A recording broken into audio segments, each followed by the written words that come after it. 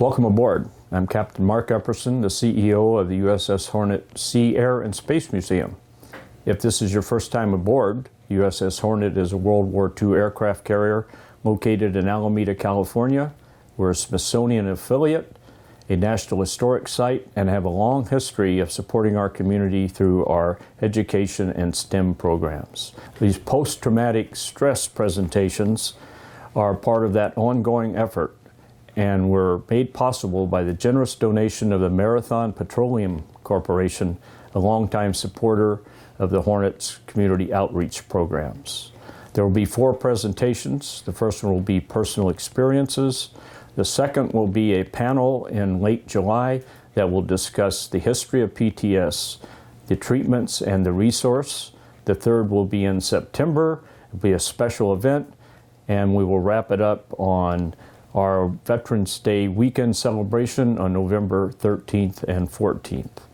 I want to express my appreciation to Dr. Caroline Mock, a clinical psychologist, for agreeing to moderate the entire series.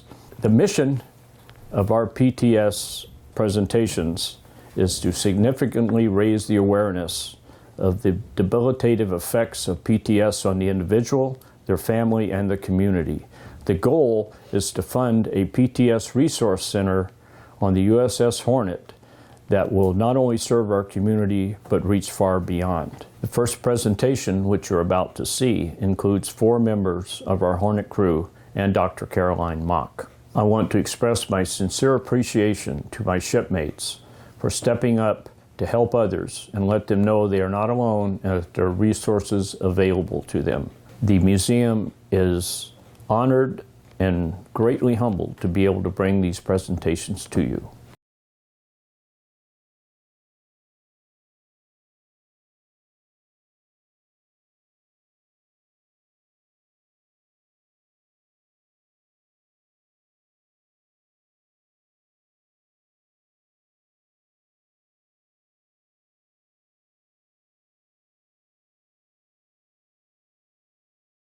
Oh, after that, that was on the 18th of November, and we didn't get home until February. So we're about halfway through our deployment there. And I continued flying, of course, every day, just like everybody else.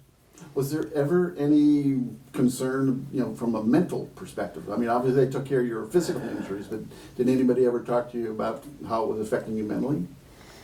No. No, Tom Jost was our flight surgeon, Joas, and he was really relaxed and easygoing and easy to talk to, and I don't know, I was busy and I had survived, and I felt a little bit Teflon after that, okay, they had their chance at me, they didn't get me, so I'm doing fine. We lost lots of other guys, not our squadron necessarily, but the whole ship, the air group lost quite a few guys, not all killed. Most of them were captured. Our XO was captured, our ops officer was captured. Just one of our other pilots was captured, Denny Moore. And so like I said, I thought I had made it through everything, and never wanted to sit and talk about it. Conversations didn't run in that direction. It's kind of a subject that everybody wanted to avoid. Nobody wanted to talk about it necessarily. Everybody knew they didn't want to get captured, but then there was nothing about the rest of the episode that I talked about and didn't want to talk about. In fact, I wanted to forget parts of that, my recovery. So, how much longer were you in the Navy then after that? Well, that was on my first deployment. So we came back and we changed ships.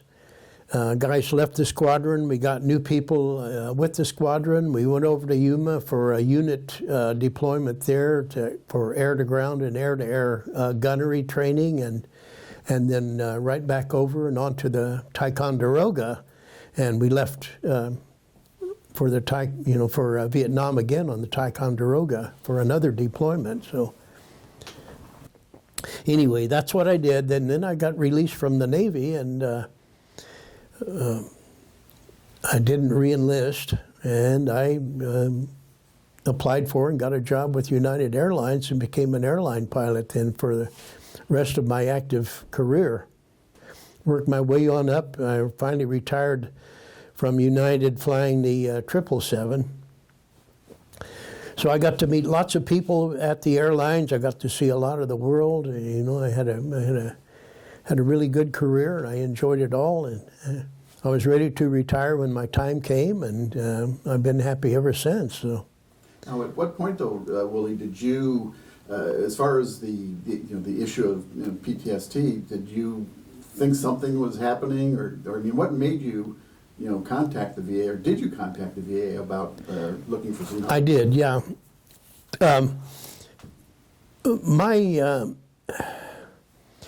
My PTSD, and nobody knew what it was at the time. Nobody talked about it at the time, but it started manifesting itself during my sleep, and I would either relive what happened to me when I got shot down, or something other where I didn't know where I was, but I knew I was in danger. Apparently, I became quite vocal and it never happened in the daytime. It only happened at night when I was asleep, and I would wake my wife up, either yelling, screaming, crying, or just talking gibberish. Very often then I would wake myself up, and a number of times I was off the bed onto the floor.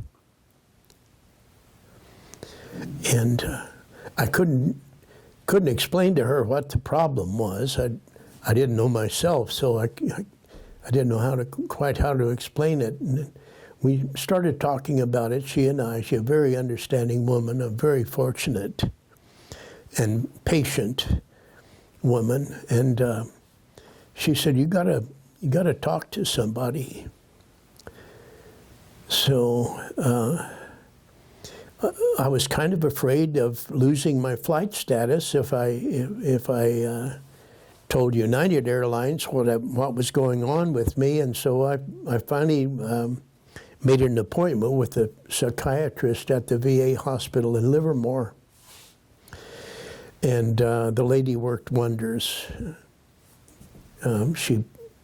She got me going in the right direction, and very, very quickly I thought.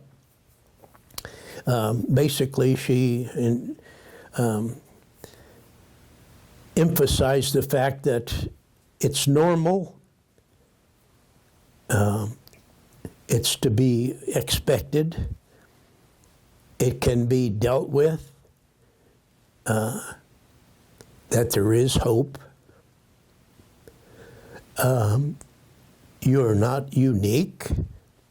Other people have the same problems. And if you dedicate yourself to overcoming it, you can. And so I did what she told me to do. She said, you have to, if anyone ever asks you, tell them. If you ever just feel like volunteering information, see if you can find someone to listen, or if not, talk to yourself. And I finally did. I also entered a group at Livermore. Excuse me, at Livermore also. There were ultimately in our group there were 6 other guys, so 7 of us who would meet, and we met 3 times a day out there. And I was the only pilot, but these other guys were ground pounders in Vietnam also, and they all had similar experiences where, traumatic experiences. They saw things that were ugly. They did things that were ugly, and things that you wish you could not have done, but you had to. And it helped to verbalize, to sit there and talk about it, and you hear someone else explaining their problems, and you wind up thinking, well, I'm not crazy after all. I found out it's a very it's a human thing, is to feel that remorse that we all felt. And we learned to talk about it, to sympathize and empathize with the other guys, and it worked wonders for me. She said, if anyone ever asks you, you tell them. And if they get tired of hearing it, they can stop listening. But she said, don't hold it in. And that's the best advice I think she could have given me. And she emphasized that every time I saw her. She would say, have you been talking to anyone? Yes. And then she'd ask me who I talked to and what the circumstances were when I talked to them and what the reaction was. And almost universally, everyone was sympathetic toward me, understanding toward me, and very, very nice. So I got good advice. There are times it still hurts to think about what happened, but I know how to deal with that now. So I can usually, if I start to get into a bit of a funk, I can talk myself out of it because the good guidance that I received from her. She's a wonderful lady. I think she's still out there. I'm not sure. In fact, how many years ago was this? That was probably, I retired in 2000, so that was probably 35 years ago when I was first encountered her and started getting her treatment. Do you participate in any kind of a veterans self-help group now? Yes. Okay. Yes, I still go out there. On an irregular basis, but I do go out. It probably the longest I have gone without going out to one of the gatherings, and now of course with COVID, I haven't been there at all. But prior to that, probably no more than a month would go by, maybe 6 weeks, and then I go out, and they usually meet either twice a week or one time a week. It just depends on how many people show up. Mm-hmm. And I can see myself and some of the new guys there. And I can speak from my own experience. I say, you do what you're told. It really works because, my God, it sure saved me, my marriage and my sanity. So, it was excellent advice. Best thing I ever did for myself, really. So.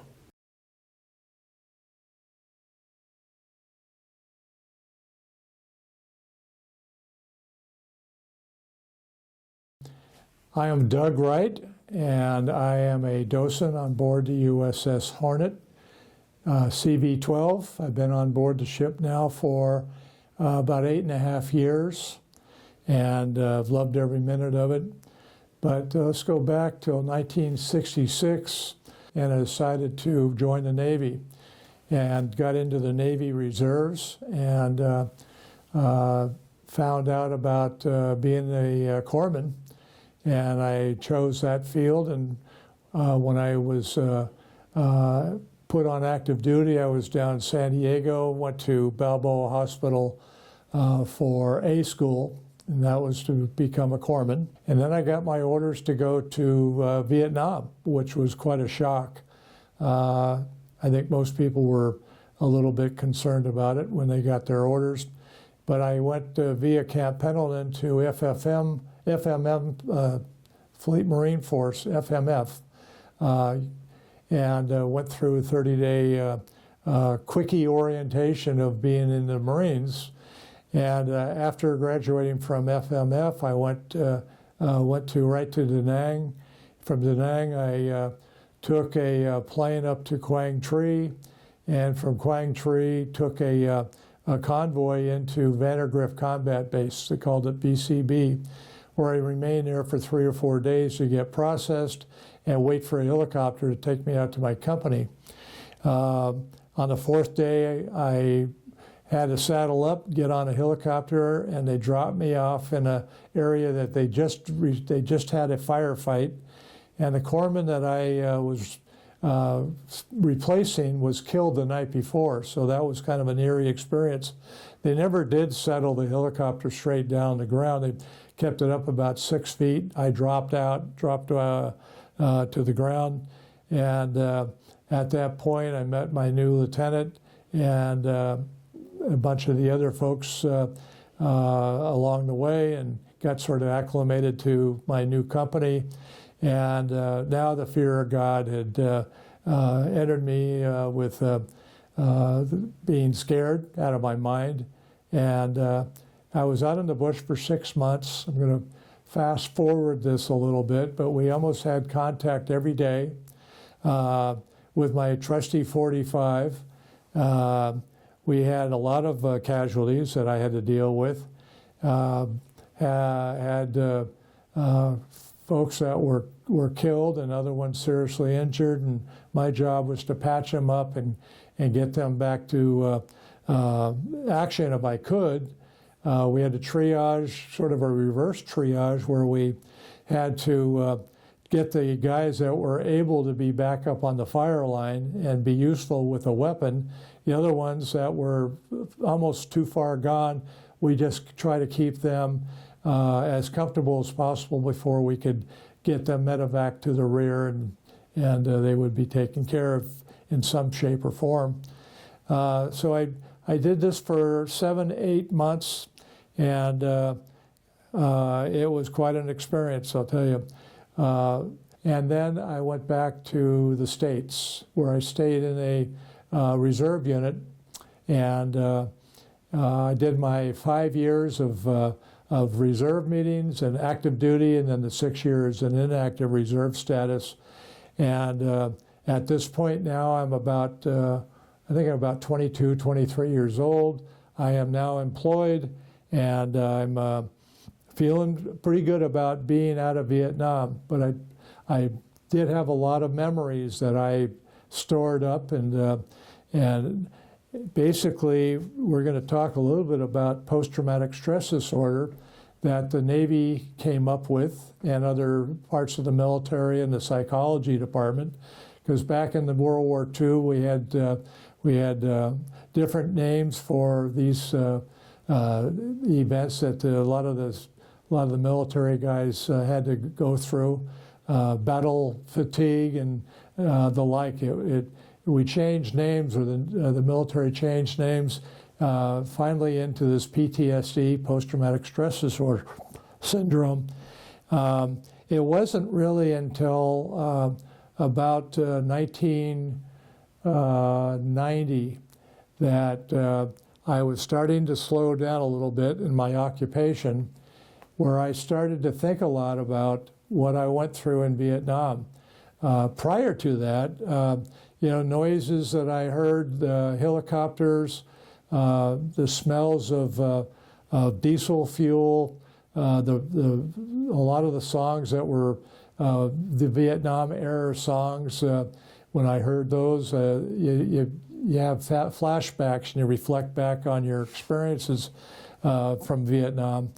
The people that you unfortunately became friends with that never got to come home, those are the things that play on your mind. But about 2010, I would say, a little bit earlier, I was down at the VA, the Veterans Administration.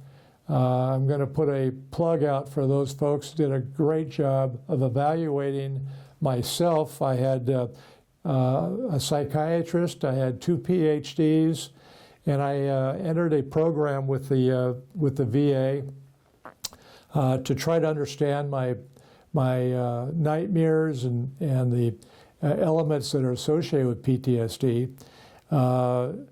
I learned that you never forget these atrocities, but you learn to cope with them. I think the coping element was the strongest benefit for me, going through the both one-on-one and also with group environments with the psychiatrists and the psychologists, and they really did a great job on sorting my problems out.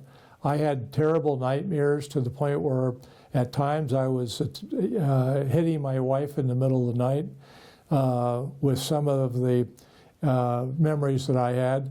I don't do that anymore, and I think that's attributed to the VA for helping sort out what my conditions are.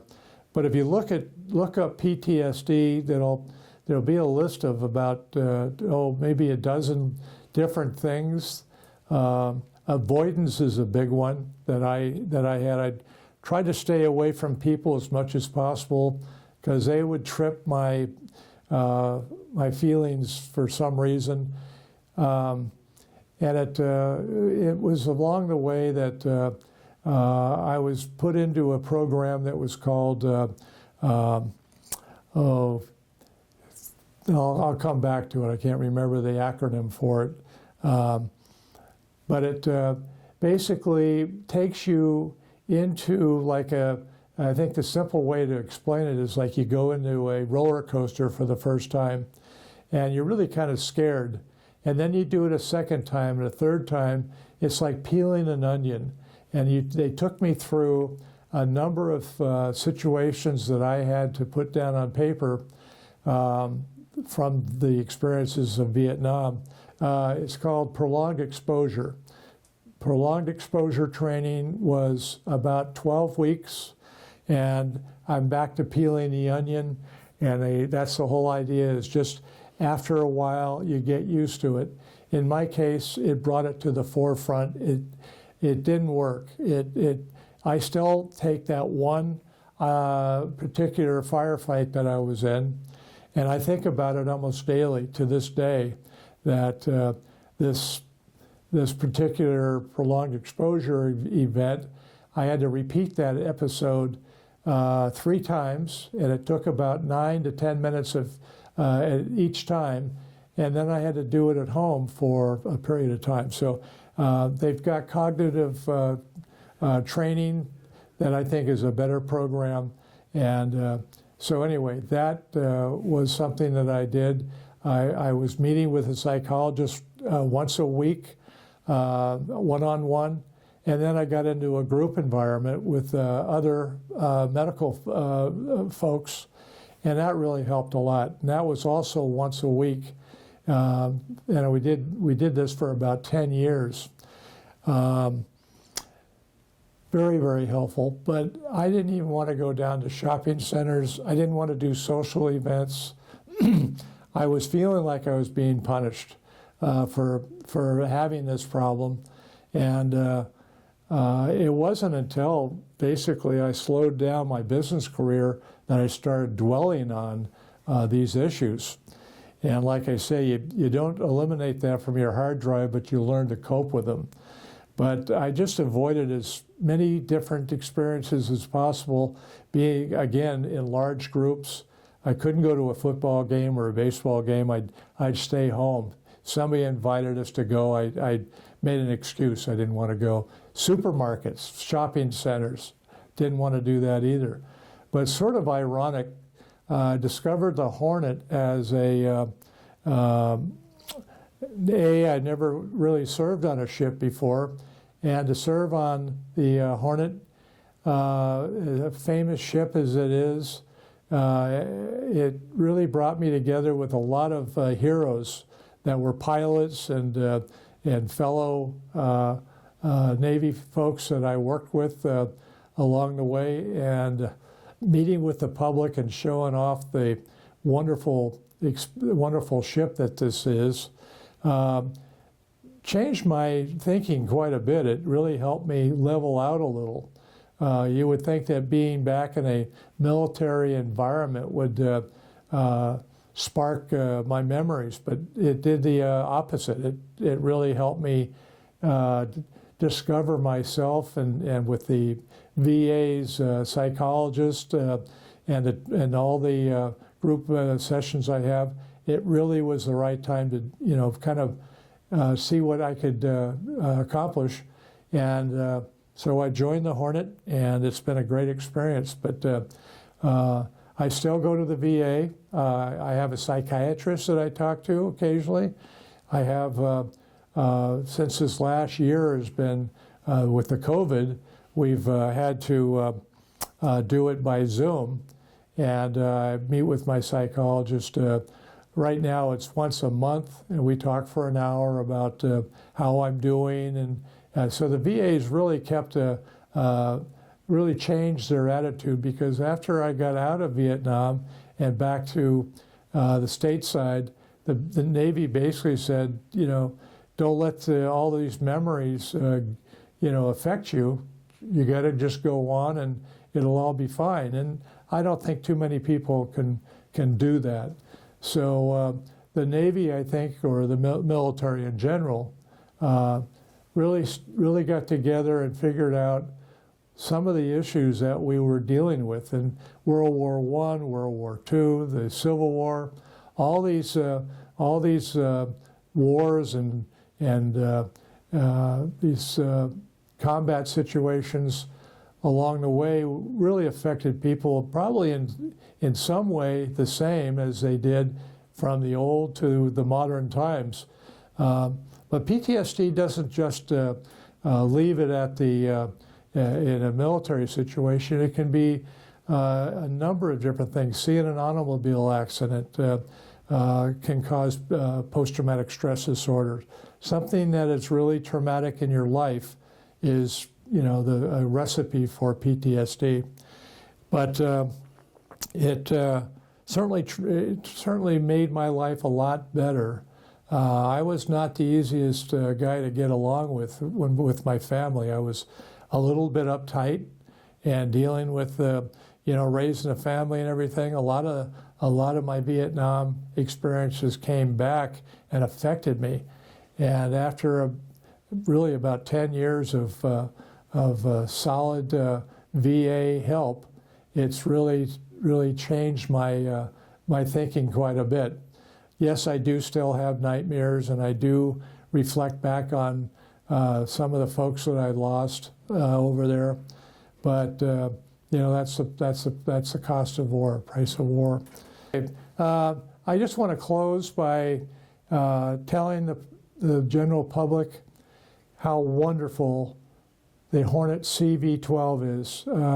This is an amazing museum. Please take it from me that the VA has done a great job. So again, I appreciate your time and listening to my story. Thank you.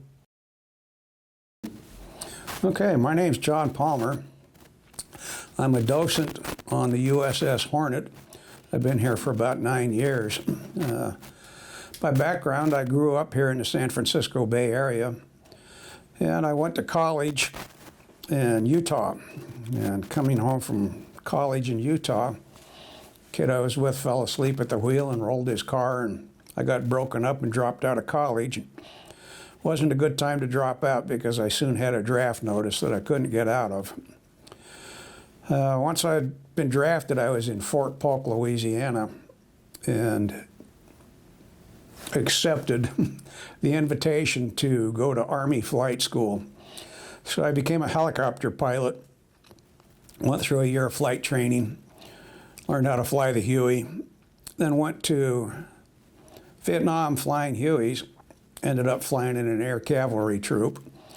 And by introduction, you don't call a cavalry unless there's a reason. So the cavalry is always continually engaged, and if they're not engaged, they're looking for it. I came home and instructed, then I went back for a second tour after going through a Cobra transition. So I went back second tour again to an air cavalry troop, flying AH-1 Cobras and UH-1 Hueys. I got shot down in the Huey, but my tour over there took me to, most people don't remember it, but it was called Lam Son 719, which was the invasion of Laos. And that was probably the most stressful thing of my entire tour, was going into Laos. After Laos, we moved south and we went into Cambodia for another 2 months. And after that, came back and spent a lot of time in what was called the UMIN forest. In the UMIN forest, I got shot down, spent some time on the ground, and also I got wounded in the UMIN forest. So that's kind of the background of my Vietnam experiences.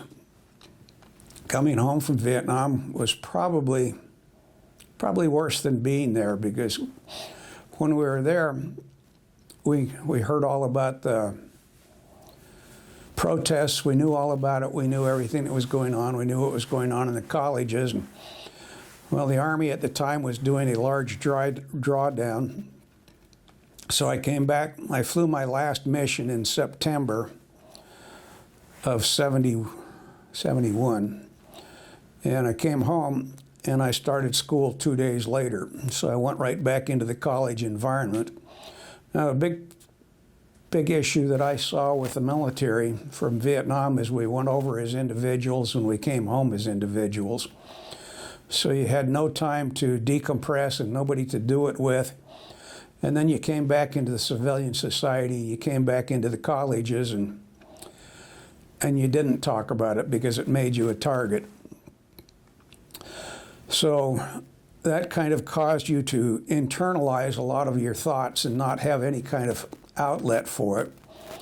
So I continued trying to go to medical school, graduated from college and couldn't get into medical school. So I went back into the Army. And I continued in the Army, and it turned out to be a very good thing for me in many ways, because the people that I was with, all of us were Vietnam veterans, and all of us were sort of going through the same things, trying to readjust, trying to decompress from what we'd seen and done. And it also gave me a lot of opportunities. I ended up commanding an attack helicopter battalion. I'd been a ward officer through my tours in Vietnam. I took a direct commission and retired out of the Army as lieutenant colonel. The Army also sent me to fixed wing school, and I got out of the Army on a Thursday and I went to work for Western Airlines, flying for Western Airlines, and then on to Delta for another 20 years. Now, both of those were good experiences for me because I always had other veterans around me or other people around me who perhaps hadn't been in combat, but they sort of understood or they knew people who'd been in, and they'd kind of faced it themselves. So there was never any pretenses. You never had to talk to anybody or hide from anybody. They all knew. Well, after I left the airline, then it really hit me harder. So there was nobody I could talk to, nobody I could relate to. And there's a lot more time on my hands, so I spent a lot more time thinking about it. So it's interesting. I went into the Veterans Administration because I have a lot of hearing loss from my time around turbines. And I went in to see the VA about, let me backtrack. My daughter was going to college, and I had been drafted out of California, so I was entitled to Cal Veterans benefits that I never used. As a matter of fact, I always said I was never going to come back to California. But my daughter was going to college, so I could transfer my veterans benefits to her. But they said, well, you can't do that unless you can demonstrate some sort of disability. And I said, well, my ears don't work. So I went in to be tested for my ears, and they said, yep, you're right, your ears don't work. And they said, but also while you're here, we want to question you about Agent Orange, and we want to talk to you about PTSD. And I said, I don't want any part of either one of those. I'm not making any claims on those. But they put me in, and I went to see a psychologist. They said, you'll be doing your friends a favor if you involve yourself in this. So I talked to the psychologist, and he looked at my records, and they said, well, we see by your records you've seen a lot of combat. And I said, yes, I did. They also said, have you been exposed to Agent Orange? And I said, well, I sprayed it. Yes, I have been exposed to it. So after talking to this psychologist, about 2 or 3 months later, they came down with a designation and said, we've designated you as PTSD. They asked me things like, do you ever dream about it? And I said, yes. Said, does it cause you discomfort? And I said, well, I'm not comfortable being in crowds. I don't like having my back to an open room. I feel uncomfortable when people ask me or talk to me about it if it's not a fellow vet who I can relate to. And they said, do you ever dream about it? Yes. Do you ever think about it? And I said, every day. And they said, well, what makes you think about it? And I said, the news. At that time, there was a lot of stuff going on with Iraq. So they said, watching the news, that puts me right back in. Said, music of the time, if I listen to music that we used to listen to over there, that puts me right back. Said, sometimes the smell of smoke, like I used to burn off the rice paddies, and that had a particular smell. And sometimes if I smell smoke like that, it puts me right back. And I said, sometimes nothing at all causes me to think about it. I just find myself thinking about it. So the net result of that is there's never a day that passes that I don't think about my experiences in Vietnam. Causes of that, I don't know. You'd think after 50 years that I don't think about high school, I don't think about college, I don't think about a lot of things, but there's not a day that passes I don't think about my experiences in Vietnam. Several of my friends have been through therapy with a VA, but they didn't include me in it. They didn't tell me that it was available. They didn't, and I, like a lot of us, you like to think, well, I can deal with this. There's no problem with me. But obviously I don't totally deal with it because I think about it all the time. But I haven't been through any therapy. I have to say, though, that as I said, my time going back in the Army with other Vietnam veterans, that was sort of therapy in itself. Being in the airline, I was always flying with other, they weren't Army veterans. Very few of us were helicopter pilots. But I flew with a lot of people who had at least been in the military. And in fact, being back on the Hornet here is in some ways part of my own personal therapy because I interact with a lot of veterans. I'm around the ship. I think about the history. I talk about the history. And it's sort of a release that keeps me from thinking about my own experiences so much. Okay, so right now, would you say, John, generally speaking, you feel pretty good and you're looking forward to a long and happy retirement? Oh, I'm of course looking for a long and happy retirement. Some other things that I didn't mention is that I had an artillery round go off real close to me, and I got a concussive injury out of it. And it's interesting. I think about all these football players and stuff now complaining about problems, concussions and stuff. That concussive injury came back years later. And they say it typically comes back when you reach about 60, which it did. And I started having issues. Well, those issues are kind of still with me. They gave me surgery, gave me brain surgery for what I'd been through.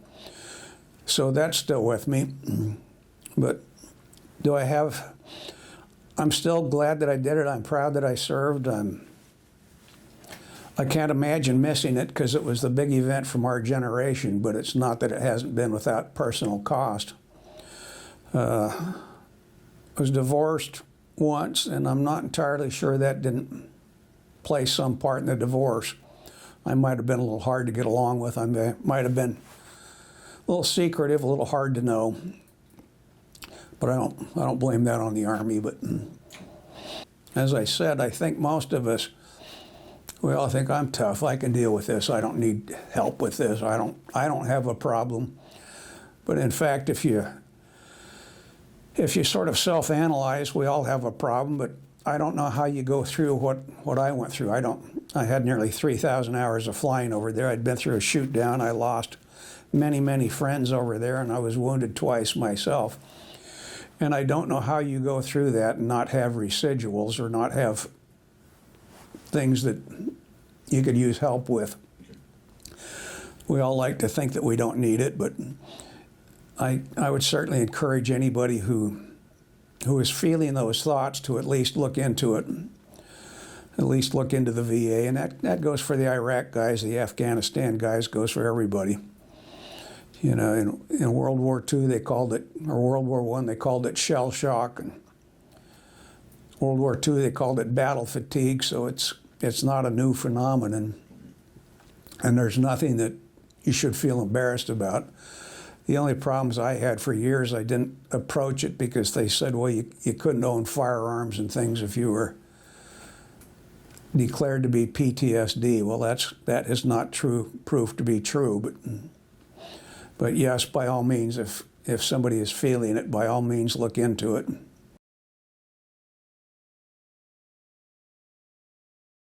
My name is Eric Jones, and I'm the founder of Sea Valor. Sure. So my involvement with the Hornet is I met Captain Emerson maybe 6 or so months ago, and he and I were talking about it and ways that we can help. And he'd found out about Sea Valor, and so he was asking my story. And my story is basically on 9/11. I was 25 years old. I was in graduate school, and I was in graduate school at George Washington University, which is right near the Pentagon. And I was driving by the Pentagon when the plane crashed into it, and I had been a firefighter and a paramedic since 1995. And so I pulled over and ran into the building and started carrying people out. And then after the wall collapsed, that was it as far as the actual sort of rescue operations. But then I joined the mortuary affairs team, and I spent 4 days at the Pentagon recovering the remains of the 184 people killed. And after that, I went up to Ground Zero and spent a couple weeks up there. So when I came back from Ground Zero, I didn't really understand PTSD. I didn't know much about PTSD or depression. And I was just having awful anxiety, awful insomnia, nightmares, that sort of thing. And I didn't fully understand what was going on. And it took months and then, if not years, to really understand what I was going through, which was post-traumatic stress. And for me, there was, I guess, some shame and embarrassment behind it. So it's not something I felt comfortable talking with, which I regret, because I think that if I had been more honest with myself and my loved ones, I think maybe I wouldn't have sort of suffered and put them through sort of some of the things that I put them through. And so eventually I was able to get therapy, and that helped. But for me, I found that sailing and being out on the water and being part of a crew and sort of the sailing community actually did wonders for me, more than talk therapy, which certainly has its benefits. But I needed something more than just sitting in a clinical office building. And so I found that sailing, really in particular, did wonders for my mental health. And so a few years ago, after my 7th friend killed himself from PTSD, I decided that something needed to be done. And Now, these friends of yours, were they all involved with the 9/11? some of them were. 2 of them were. 2 were veterans. 1 was a firefighter. 1 was a filmmaker that I had actually met in Haiti. He won an Oscar, and then 2 weeks after winning the Oscar, killed himself here in Berkeley. So that hit pretty hard. And 1 more was sort of a friend that I'd become friends with through a PTSD support group. Oh, okay. Who just didn't show up one day, and nobody knew where he went, and unfortunately he'd taken his own life. So I started Sea Valor, and Captain Emerson and I got in touch and realized there was this great opportunity to partner. And it's just, I think we have great potential to help people with PTSD, whether it's raising awareness, whether it's starting the resource center and providing additional resources. There's so many opportunities, and we're really looking forward to this partnership. Quite some time, but at what point did you realize I need professional help, and what did you do? I think I realized I needed professional help probably about six months to a year after 9/11. The insomnia wasn't getting any better. I realized I wasn't enjoying things that I used to enjoy, whether it was skiing or scuba diving or being out with friends. And I couldn't really understand why that was. I just knew that everything was dull in a way that I just didn't enjoy really anything. And so I kept waiting for it to get better. And each month went by and it didn't get better. And in fact, it got worse. And I think as the shock of that event wore off, and as the country started to go back to normal. And I thought I'd start going back to normal, and then I wasn't. And I saw, initially the country was in mourning and much more somber, and that's how I felt. And then over the months and years, sort of a levity came back to the country, but not to me. And so I didn't understand why I wasn't enjoying things again, and why I still sort of felt this heavy cloud over it was like a rain cloud over me every day. And so that's when I realized I should probably get some professional help. And so my fiance at the time actually started seeing her therapist, and that sort of was the first introduction to PTSD, and that led to further working with other different clinicians that had more experience and dealt specifically with PTSD, and I realized the value of it. Right. And for me, I wished I had done that much sooner, instead of months and years afterwards. I wish I had done it days and weeks. And the thought just occurred to me, Eric, because you're not a veteran, even though the kinds of stuff you've done is well worth veteran status as far as I'm concerned. But because typically, at least in my mind, people think of PTSD, they think of vets, right. Army, Navy, whatever. Right. So, who did you turn to, given that you couldn't go to the VA? Right. Or that type of... And that was hard, and that's a great question, because that was one of the challenges, and that's one of the things that, as a civilian, I want to, and one of the reasons I started Sea Valor is I want to provide more resources and make it more available, because exactly, there's so many different ways people can get PTSD. It doesn't have to be just combat. It can be witnessing an accident, or being, somebody that's involved in a sexual assault, or healthcare workers, especially now with coronavirus, law enforcement, fire department, first responders, childhood trauma. So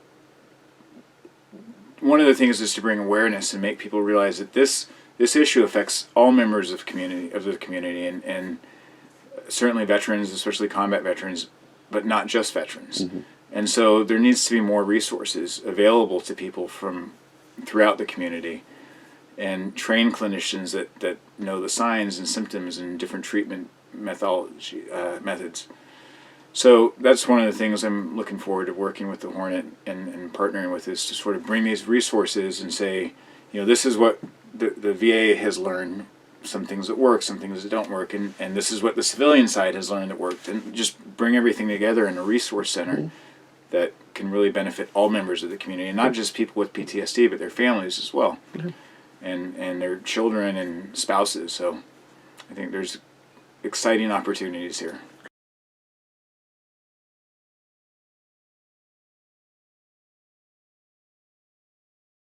My name is Caroline Mock. I am a licensed clinical psychologist. I have my PhD in psychology, and my office is in downtown Berkeley. It's a private practice where I see children and adults for treatment of a variety of mental health issues. I specialize in the treatment of trauma, whether it's childhood trauma, an adult with childhood trauma, could be sexual abuse, physical abuse, emotional abuse or neglect. Sometimes things like terrorism may have affected them post 9/11 or post the Capitol insurrection. I have a lot of people that came in to see me about PTSD, sometimes post-traumatic stress disorder, re-experiencing things from the past. So it may be that a smell is reminding them of something they experienced 20 years ago, and their physiological reaction is that of 20 years ago. And they're not understanding what's happening, and then they're overreacting in the moment, and their partner or their friends are like, what's going on? So it can be quite disruptive. So re-experience can come in terms of memories. They can come in terms of nightmares. They can also come in terms of just flashbacks. So it can be quite disruptive, and people don't want to have these memories, and that's why they're called intrusions or intrusive memories. A lot of times the reason that's existing is because they aren't dealt with. So people have these horrible memories and they're repressing them, or they're putting them in a box and throwing them in the closet. But eventually the closet is going to tip over and the closet door is going to swing open. So what's happening is that it's starting to swing, things are starting to fall out.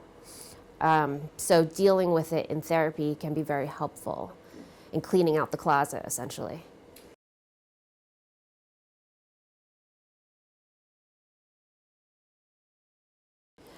Well, for post-traumatic stress disorder in the field, there's numerous types. The most evidence-based and most widely used ones are cognitive behavioral therapy, where it's talk therapy, but it's guided and structured and gives people tools to deal with difficulties. One of the symptoms of PTS is the hyperarousal. So for instance, a person's like more anxious or on edge or constantly scanning the environment for violence or danger. That's hyperarousal, and that can cause difficulty sleeping or concentrating. And so cognitive behavioral therapy can target some of the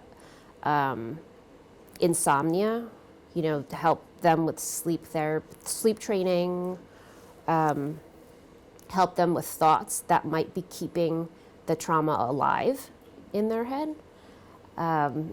So cognitive behavioral therapy can be very helpful. There's also cognitive processing therapy, which is also a type of talk, but it combines writing. And so you're prompted with it's probably about 14 weeks of assignments spread over a couple of months or a few months. And every time you come in, you have a new prompt and you write about that. And it deals with different themes like power and struggle and what happened in the incident. And you write about it and you come and read it to the therapist. And then you go through where there are parts that keep you stuck in the trauma. And then reprocess it, meaning pull it apart, think about it, and then reconstruct a new storyline that gives you some peace. Right.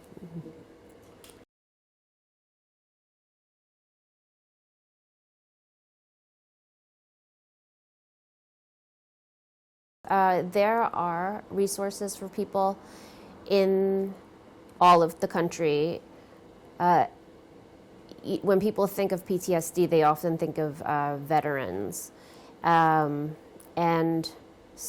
I've worked with veterans who don't actually know where to go. And the place where they have the best PTSD treatment centers are at the VA.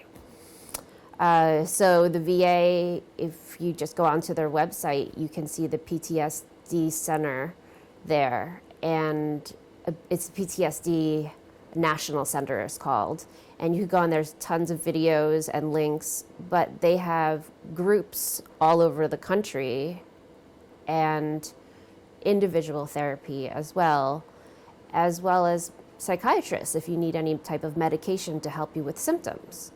And a lot of people who have PTSD also have substance abuse issues because that's a way of maybe dealing with some of the symptoms, and so they have substance abuse treatment programs there too. And families can call or the individual can call, but they are known to have the best clinicians there. So, How come you're not there? I was Oh, you were? for a short period of time. Yeah, doing some research there, and but I do like private practice. I do. The VA, I love the VA, but I also do like private practice. Okay. Another great resource for people who've been traumatized in the community is the Victims Compensation Board. And that is for anyone who's been assaulted in the community, fire, they're undergone a fire and they have PTSD. But every state has it and every county has it. And so you just go to your county website and look for a Victims crime or a victim's compensation board. And what it is you submit a piece of paper that is your application, and if you have a police record, then you submit that. Not your own record, but the record of the crime happening to you. Then they are very generous with providing finances for medical and mental health. So I see a lot of clients through that. There are a lot of schools in the area, graduate schools that provide students to do the therapeutic work with patients, and that's at low cost or no fee. And those students aren't licensed, but they're supervised by a licensed psychologist. So that's a good way to get in. The difficulty with that is the clinician changes every year. So sometimes people need ongoing care, and they don't like to have a new clinician every year. So that's like, so schools around here is like UC Berkeley does low-cost assessment and therapy. The Berkeley Therapy Institute is another one.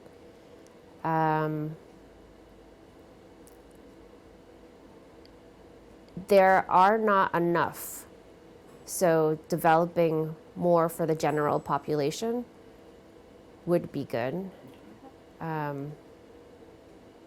But private practice clinicians are always available, but you should make sure they have a specialty in trauma, because not every therapist is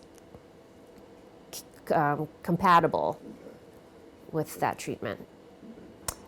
Well, thank you for having me. It's been a pleasure to work with the Hornet Museum. And one thing I would suggest is, if the people watching this know anyone who has symptoms of PTSD or themselves has symptoms of PTSD, that it can be treated. You don't have to be alone. The resources I listed previously are great places to start. They're very responsive. You can also contact me. My information is listed in this video. My name again is Caroline Mock. I'm a clinical psychologist in private practice in Berkeley, California. And thank you.